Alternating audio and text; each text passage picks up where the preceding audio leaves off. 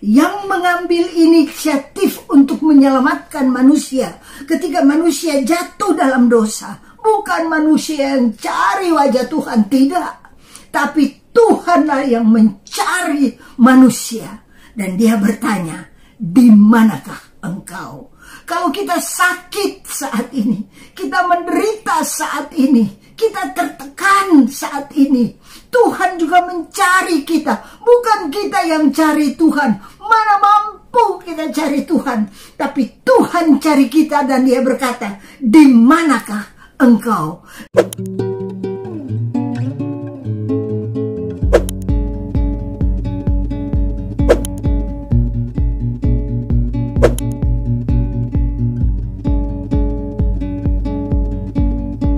Biarlah kita datang dengan segala kesalahan kita, dengan segala kelemahan kita, dengan segala kekurangan kita, dengan segala sakit penyakit kita. Kita datang kepada Tuhan karena Tuhan sedang mencari kita.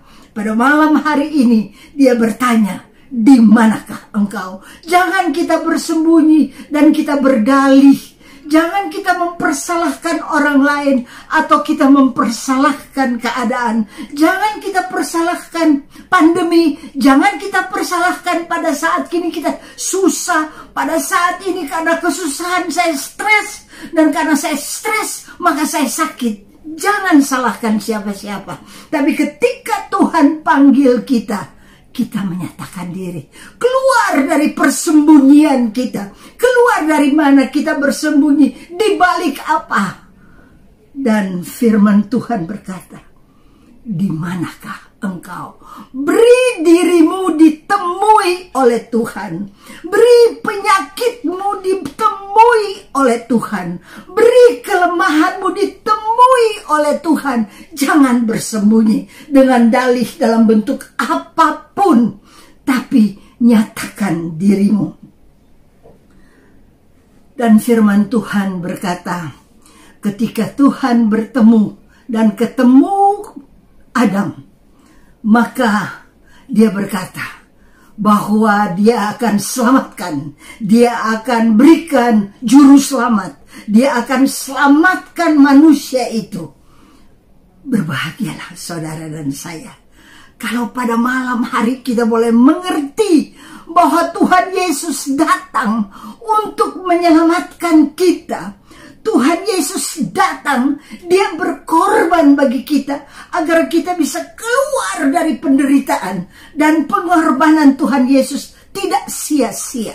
Pengorbanan Yesus itu sempurna dan dia sungguh mau selamatkan kita dari keadaan dosa kita, dari keadaan sakit penyakit kita, dari keadaan kerugian kita, dari keadaan kemiskinan kita, dari keadaan kegagalan kita. Dia berkorban bagi kita agar kita boleh selamat. Kita lihat di dalam kitab Kejadian 3 ayat 21. Demikian bunyinya. Dan Tuhan Allah membuat pakaian dari kulit binatang untuk manusia dan untuk istrinya itu, lalu mengenakan kepadanya. Bahwa manusia itu buat untuk menutup telanjangnya dengan daun ara. Dengan dia buat sendiri. Tapi kalau kita lihat pada ayat 21, Tuhan tanggalkan yang dibuat dengan kemampuan sendiri. Apa yang dia buat? Dia buat untuk menutup ketelanjangan manusia itu. Dia buat dari pakaian dari kulit binatang. Dengan kata lain, kalau dia buat dari kulit binatang, berarti binatang itu disembelih. Ada darah yang ditumpahkan untuk menutup segala ketelanjangan. Saudara ketahuilah, ada darah anak domba Allah yang tercurah, yang tertumpah di atas kayu salib untuk menutupi, untuk menyucikan, untuk membasuh kita dari segala ketelanjangan dosa kita. Kalau kita renungkan pada malam hari ini dan kita hayati baik-baik, sungguh-sungguh, dan kita bawa sakit penyakit kita, kegagalan kita, kemiskinan kita, dosa kita, kita bawa kepada Tuhan karena Dia sedang mencari kita. Pada masa Prapaskah ini kita akui di hadapan Allah yang Maha Kuasa, kita akui semua dosa, kemunafikan kita, kejahatan kita, semua kita akui. Penyakit kita, kelemahan kita, kesusahan kita, penderitaan kita, kemiskinan kita, kita bawa kepada Tuhan. Karena Tuhan yang bertanya, di manakah engkau? Kita bawa semuanya itu kepada Tuhan. Dan kita renungkan, Tuhan, terima kasih. Engkau sembelih binatang itu untuk menutupi tubuhku yang telanjang ini dengan kulit daripada binatang itu. Ada korban. Tanpa pengorbanan tidak ada penebusan. Tanpa pengorbanan daripada Yesus Kristus, tidak mungkin kita ditebus dari dosa dan kesalahan kita.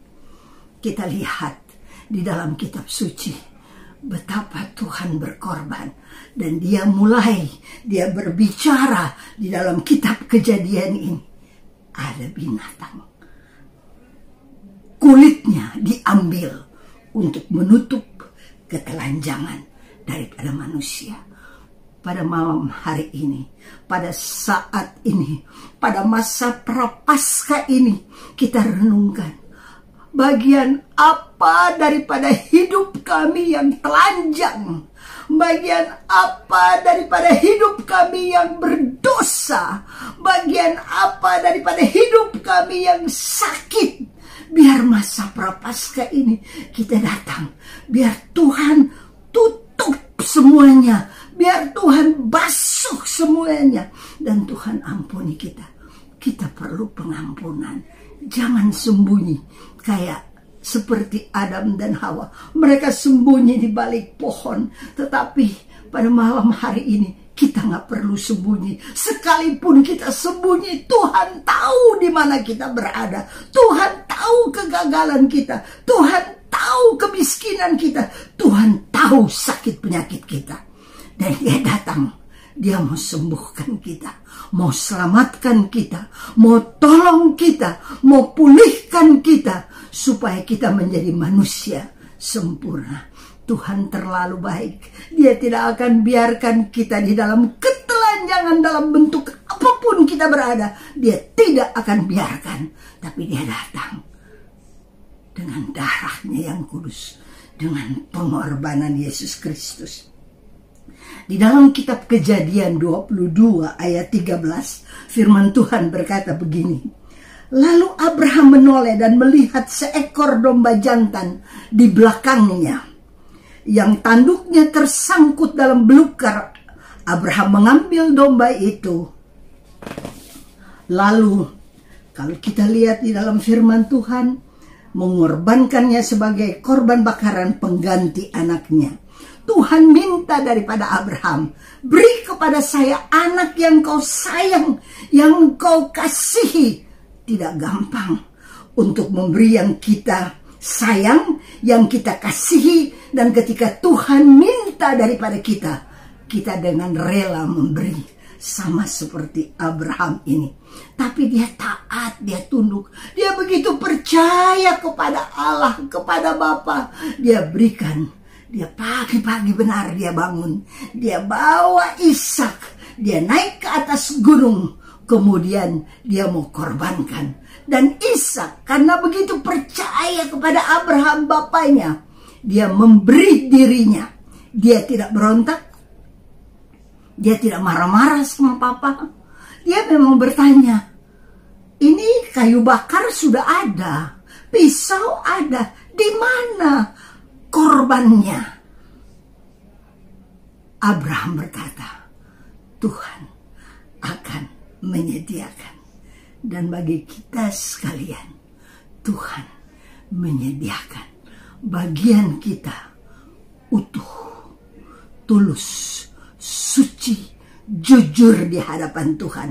Kita berikan kepada Tuhan apa yang Dia minta dari kita.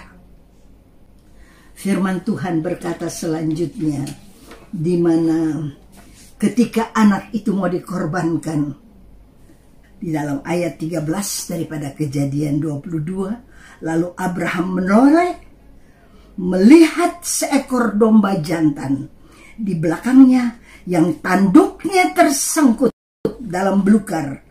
Abraham mengambil lalu mengorbankannya sebagai korban bakaran penggantinya.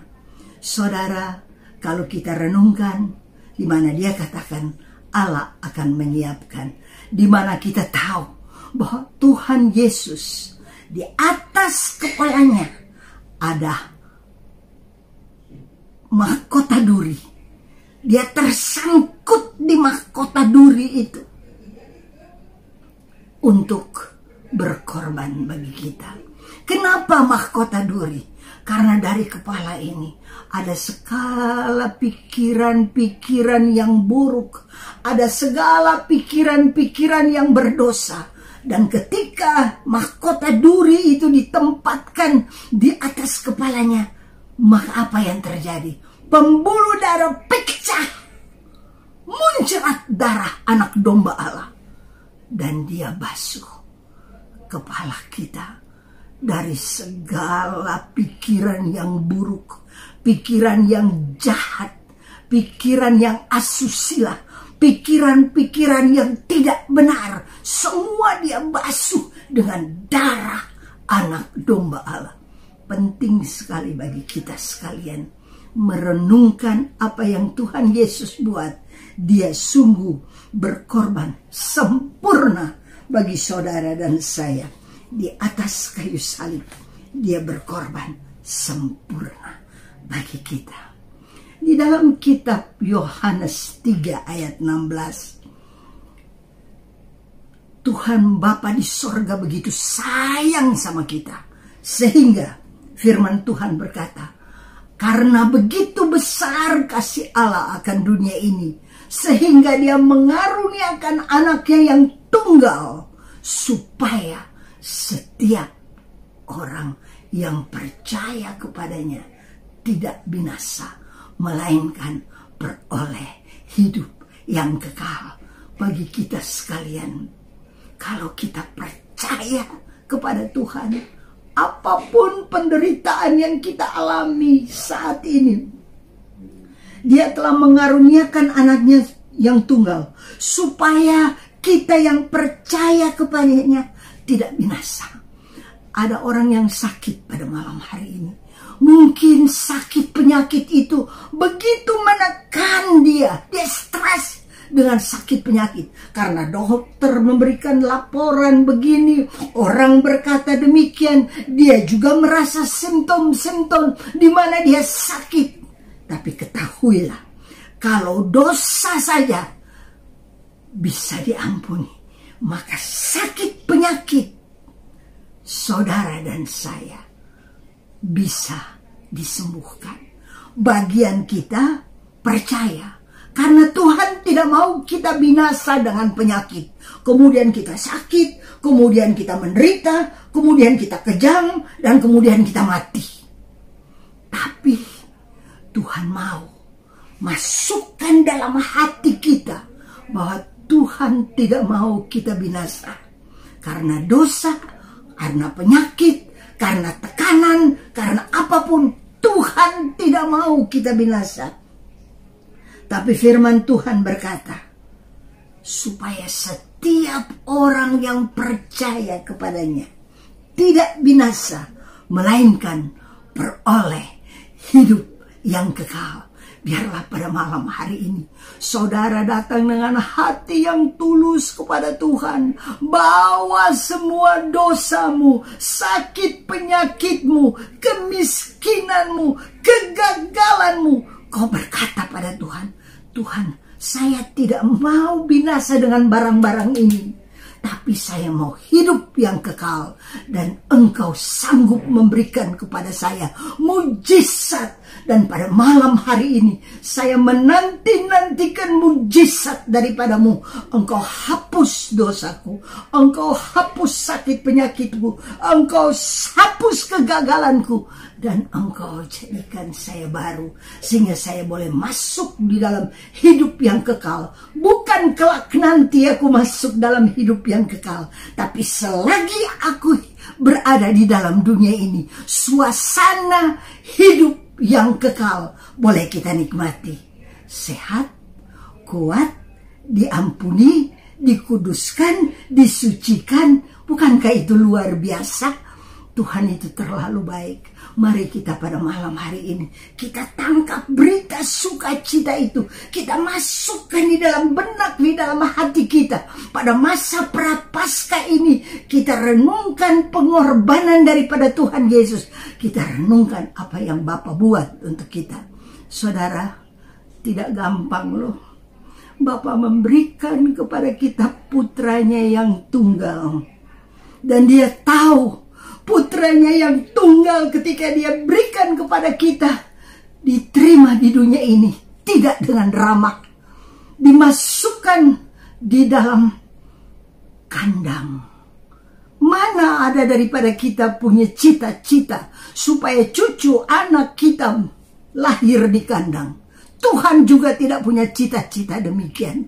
Tapi dia mau lahir di kandang hidup saudara dan saya. Di kandang dosa hati kita. Dia lahir. Dan dia ubah kandang itu menjadi istana. Tidakkah engkau tahu bahwa tubuhmu adalah bait Allah, dan roh Allah diam di dalam tubuh? Dia ubah kita. Biarlah pada malam hari ini kita renungkan hidup yang kekal. Itu komplit masuk dalam hidup kita. Kita lihat di dalam Matius 26 ayat 66 dan 67. Bagaimana pendapat kamu? Mereka menjawab dan berkata, ia harus dihukum mati. Lalu mereka meludahi mukanya dan meninjunya. Orang-orang lain memukul dia. Apakah Bapa di dalam sorga yang mengutus putranya yang tunggal tidak pecah hatinya? Dia lihat putranya yang tunggal, bagaimana mereka berkata ya harus dihukum. Mereka meludahi mukanya, mereka meninjunya, mereka memukul dia. Apa tidak pecah hati Bapa di sorga? Putranya yang tunggal, yang kudus, yang dia berikan kepada kita, supaya di dalam dia kita diselamatkan, diperlakukan keterlaluan demikian. Pecah hatinya, susah pasti. Ada susah yang luar biasa, ada pilu yang luar biasa di hati Bapa. Tapi dia harus lewati, karena putranya yang tunggal harus melakukannya seorang diri untuk menebus kita. Mari pada malam hari ini, pada masa prapaskah ini, kita renungkan penebusan Tuhan Yesus. Tidak sia-sia. Terima kasih Tuhan Yesus. Engkau diludahin, engkau dipukul, engkau ditinju. Semua penderitaan yang tadinya harus kita terima. Kita yang patut diludahin, kita yang patut ditinju karena dosa, kita yang patut dipukul. Tapi engkau tanggung semua untuk kita, agar di dalam engkau kami dibebaskan, kami disucikan, kami dikuduskan. Terima kasih Bapa. Kau berikan putramu yang tunggal, Tuhan Yesus Kristus, untuk sungguh-sungguh menebus kami. Biarlah pada malam hari ini kita renungkan apa yang Yesus buat, supaya apapun penderitaanmu, biar sembuh pada malam hari ini. Pada Matius 27 ayat 28 berkata demikian. Mereka menanggalkan pakaiannya dan mengenakan jubah ungu kepadanya. Mereka mempermalukan dia.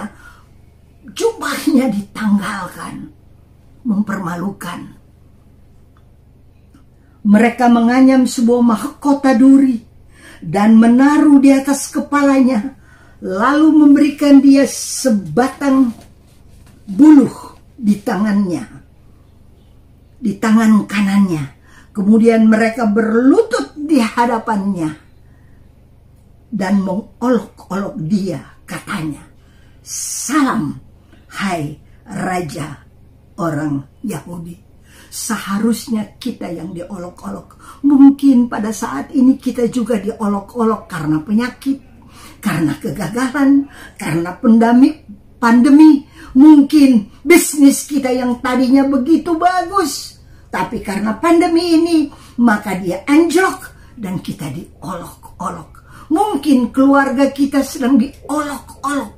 Tapi mari kita renungkan firman Tuhan.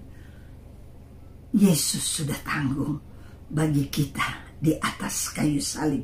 Kita lihat mereka meludahinya dan mengambil buluh dan memukul di kepalanya. Ampun dan ampun Tuhan. Mereka meludahi kita yang perlu diludahin karena dosa dan kesalahan. Mereka mengambil buluh dan memukul kepalanya. Berani-beraninya mereka memukul kepala dari juru selamat, putra yang tunggal daripada Bapa di surga, yang dikirim untuk menyelamatkan kita. Mereka ambil buluh dan pukul kepalanya. Seharusnya kepala kita yang harus dipukul karena kejahatan, pikiran-pikiran yang buruk, pikiran-pikiran yang bodoh yang kita pikirkan. Tapi Tuhan sudah tanggung bagi kita semua di atas kayu salib. Pada ayat 31 berkata demikian, sesudah mengolok-olok dia, mereka menanggalkan jubahnya itu daripadanya dan mengenakan pula pakaian kepadanya. Kemudian mereka membawa ia keluar untuk disalibkan. Demikian juga imam-imam kepala bersama-sama ahli Taurat dan tua-tua mengolok-olok dia. Dan mereka berkata, saudara, semua lapisan mengolok-olok, dari yang paling dia pernah tolong, sekarang para imam, para ahli Taurat, orang yang paling rohani, mengolok-olok dia. Kalau saudara mengalami, mungkin pemimpin saudara, orang yang paling rohani yang saudara hormati dan saudara sungguh-sungguh hargai, tiba-tiba mengolok saudara. Ingatlah, Yesus sudah tanggung bagi kita di atas kayu salib. Kita bersyukur. Jangan sampai kita pada masa prapaskah ini kita simpan dendam, kita simpan marah, kita simpan geram karena kita diolok-olok dalam hidup ini. Tapi ketahuilah, semua itu telah ditanggung, dipikul oleh Yesus untuk saudara dan saya di atas kayu salib. Dia luar biasa. Ambil semuanya yang harusnya kita tanggung atau kita derita. Dia ambil semuanya dan dia derita dan tanggung bagi kita. Pada ayat 50 dikatakan, Yesus berseru pula dengan suara nyaring dan menyerahkan nyawanya. Dia berseru bukan pelan-pelan ketika dia dalam kesakitan, ketika dia dalam penderitaan, ketika dia berada dalam tekanan. Dia tidak diam, tapi dia berseru dengan suaranya nyaring yang kedengaran oleh seluruh jagat raya penderitaannya. Dan lihatlah, tabir bait Allah terbelah dua, dari atas sampai ke bawah. Dan terjadilah gempa bumi dan bukit-bukit batu terbelah. Saudara, kita lihat ketika Yesus mati untuk saudara dan saya, ketika dia tanggung semua dosa untuk saudara dan saya, firman Tuhan berkata, tabir bait Allah terbelah. 2 dari atas sampai ke bawah. Tadinya di dalam bait Allah itu hanya imam agung yang dapat masuk, kemudian menanggung semua dosa kita dan dia minta ampun. Tapi Alkitab berkata ini, tabirnya terbelah. Anytime, setiap saat, setiap waktu kita bisa datang kepada Bapa di sorga dan membawa masalah kita. Kita tidak membawa nama kita sendiri. Tapi pada saat kita masuk di dalam bait Allah itu yang telah terbelah, kita bawa dalam nama Yesus. Dan di dalam tangan kita, kita beritahukan dan perlihatkan kepada Bapa di sorga darah anak domba Allah yang berkorban bagi kita, yang menebus kita dengan darah anak domba Allah. Kita ditebus bukan karena kebaikan kita, bukan karena kesalehan kita, bukan karena kesucian kita, tapi kita ditebus dengan darah yang suci, darah anak domba Allah. Setiap saat kalau saudara masuk di hadapan Bapa, saudara datang kepada Bapa bukan dengan namamu, tapi engkau datang dengan nama Yesus. Saudara bawa bukan prestasimu, apa yang telah engkau kerjakan di bumi ini, betapa hebatnya engkau, betapa banyak engkau menyumbang, betapa banyak engkau lakukan bagi orang miskin. Tapi engkau bawa darah anak domba Allah yang berkorban bagi kita. Terima kasih Bapa untuk Yesus Kristus Tuhan. Ketika dia berada di Getsemani, dia sungguh menderita. Dia ketakutan amat sangat. Di dalam ayat 44 daripada Lukas 22 berkata demikian. Ia sangat ketakutan dan makin bersungguh-sungguh berdoa. Peluhnya menjadi seperti titik-titik darah yang bertetesan ke tanah. Saudara, penderitaan Kristus untuk saudara dan saya, dia sangat ketakutan. Dia berkata kepada Bapa, Bapa, jikalau cawan ini dapat dilalukan daripadaku, lalukanlah. Tetapi bukan kehendakku, tapi kehendakmu jadi. Dia sebagai manusia, dia takut meminum cawan itu. Dia 100% Allah, tapi dia juga 100% manusia. Dia takut minum cawan itu. Karena di dalam cawan itu ada dosa, ada kutuk, ada sakit penyakit yang saudara sedang derita saat ini. Ada COVID, ada stres, ada penderitaan, ada sakit apa saja, just name it, yang saudara sedang derita. Mungkin saudara sedang lumpuh saat ini, mungkin saudara sedang susah saat ini.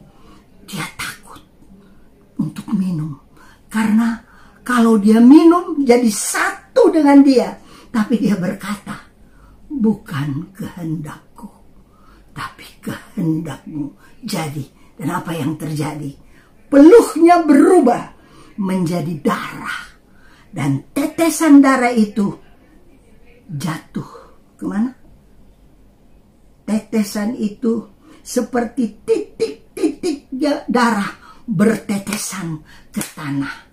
Bukankah saudara dan saya hanya terbuat dari tanah belaka? Kalau saudara menderita, kalau saudara susah, kalau saudara sakit, kita minta saat ini juga teteskan darah anak domba Allah ke tanah ini Tuhan. Saya hanya terbuat dari tanah belaka, tapi Engkau hembuskan napasmu sehingga aku bisa hidup. Dan Tuhan, biar Engkau selamatkan. Teteskan darah anak domba Allah ke tanah ini. Sembuhkan saya, sehatkan saya, selamatkan saya. Tuhan tolong pada masa penderitaan seperti ini. Tuhan mau, karena Dia yang bertanya, di manakah engkau? Dan kita berkata, teteskan titik-titik darah anak domba Allah ke tanah ini.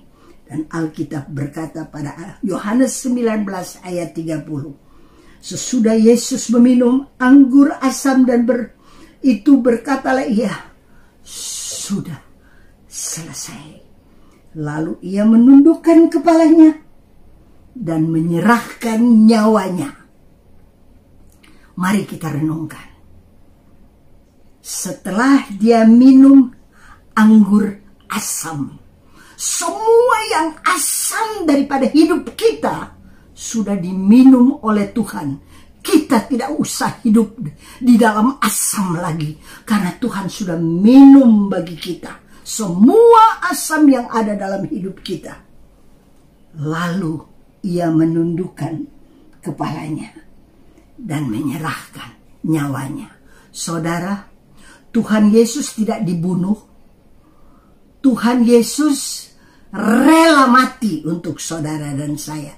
Tidak dipaksa mati, tidak terpaksa mati, tidak dibunuh, tapi dia rela mati. Dia rela mati untuk saudara dan saya.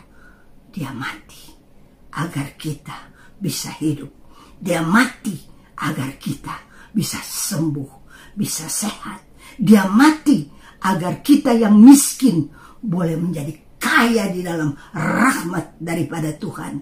Dia mati menebus kita, bukan dengan emas dan perak, tapi dia tebus kita dengan darah anak domba Allah. Lihatlah anak domba Allah yang menghapus dosa dunia. Sebagaimana kita tahu di dalam Yohanes 1 ayat 29 berkata, lihatlah anak domba Allah yang menghapus dosa dunia. Pada malam hari ini kita renungkan baik-baik, kita hayati baik-baik, kita masukkan di dalam hati kita baik-baik. Kita tahu di dalam perayaan Ekaristi tiap kali ini dikatakan, tapi pada malam hari ini make it personal. Lihat anak domba Allah yang menghapus dosa kita. Lihat anak domba Allah yang menghapus sakit penyakit kita. Lihat anak domba Allah yang menghapus kegagalan dan kenajisan kita. Katakan kepada Tuhan, karena Tuhan juga yang bertanya, di manakah engkau berada? Maka pada malam hari ini kita undang, mari anak domba Allah, hapuslah dosaku, hapuslah sakit penyakitku, hapuslah kegagalanku, hapuslah kemiskinanku. Hanya di dalam engkau saya utuh, kudus dan sempurna. Biar pada malam hari ini saudara dan saya renungkan baik-baik apa yang Yesus Kristus lakukan bagi kita. Dan kita katakan secara pribadi kepada Tuhan, lihat anak domba Allah yang menghapus dosa saya, yang menghapus sakit penyakit saya, yang menghapus kemiskinan saya, yang menghapus kemunafikan saya, kegagalan saya. Terima kasih anak domba Allah yang diutus oleh Bapa di sorga untuk menebus kita. Bapa hancur hatinya ketika dia lihat bagaimana kita perlakukan Yesus. Tapi dia rela memberi. Karena hanya Yesus seorang diri yang dapat menyelamatkan kita, yang dapat menghapus dosa kita. Hanya Yesus seorang diri oleh bilur-bilur Kristus saudara dan saya sembuh oleh karena pengorbanan Yesus. Pada malam hari ini kita renungkan baik-baik apa yang Yesus lakukan. Make it personal. Biar saudara masukkan itu dalam hati. Saya sembuh karena Tuhan Yesus. Saya diampuni karena Tuhan Yesus. Saya dikuduskan karena Tuhan Yesus. Dan malam hari ini saya dipulihkan karena Tuhan Yesus Kristus. Amin. Dalam nama Bapa dan Putra dan Roh Kudus. Amin. Tuhan memberkati kita semua.